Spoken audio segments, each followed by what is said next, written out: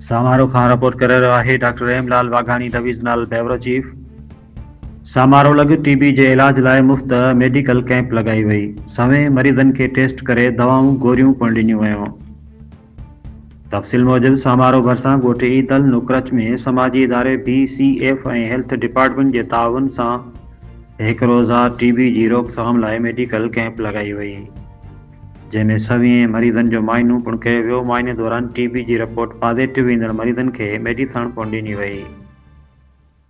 डॉक्टरनि मूजिब टीबी जी वधंदड़ मरीज़नि ते अफ़सोस इज़हार पिणु कयो। डॉक्टरनि जो चवणु हुयो, टीबी जी विचंदड़ बीमारी आहे जंहिंजी रोकथाम ज़रूरी आहे। अॼु हिते टीबी जूं टेस्टूं ऐं एक्सरे करे रहिया आहियूं। पॉजिटिव जो रेशो वधंदड़ जेका ख़तरनाक ॻाल्हि आहे। मरीज़नि जूं मुफ़्त टेस्टूं करे मुफ़्त दवाऊं पिणु ॾिनियूं आहिनि। डॉक्टरनि में अब्दुल रहमान समेजो, डॉक्टर अनीस नोड़ी ऐं ॿिया डॉक्टर पिणु मौजूदु हुआ। कैंप जी निगरानी ॻोठ जे मौज़ूदीन, जंहिंमें शामिल नुकरच, मिसरी नुकरच, संचर नुकरच, शेर मोहम्मद नुकरच, अब्दुल गफूर नुकरच ऐं मोहम्मद आलम नुकरच पिणु कई।